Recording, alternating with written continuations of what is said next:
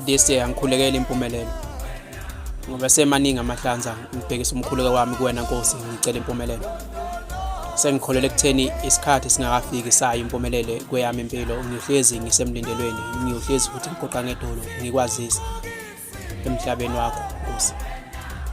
Engikukhulekela kakhulu kulonyaka namandla ka2024 ngikhulekela ukwazi ukwamukela umuntu mangabe nginalo uthando lwami ngiqhubekele phambili ngingamlandeleli.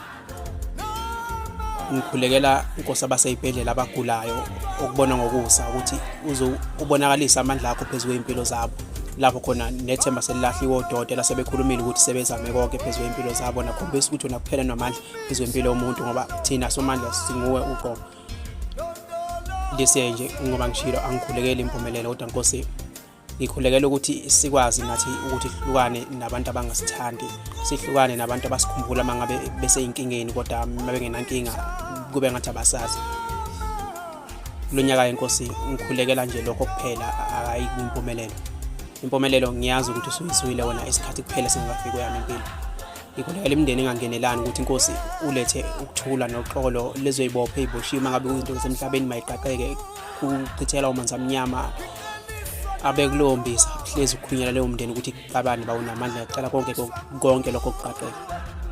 Ndesiyeke ngikhulekela impumelelo kodwa ngikhulekela lelo hlezi ezama kungalunga empilweni eyafaka ama-CV ezama kodwa kubunyama iba isibanike Nkosi empilweni yakhe esekubone nakho ukujabula empilweni yakhe.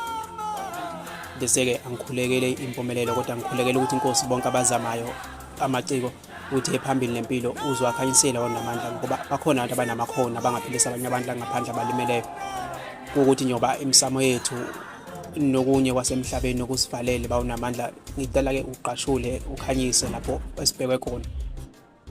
Bese angikhulekela impumelelo kodwa ngikhulekela lo muntu ohlezi nje ezama kodwa kungalungi lokhalayo kuyimanje ukuthi sule inyembezi zakhe ngempumelelo Nkosi. Ngiyamthanda uMoya Senhlathi.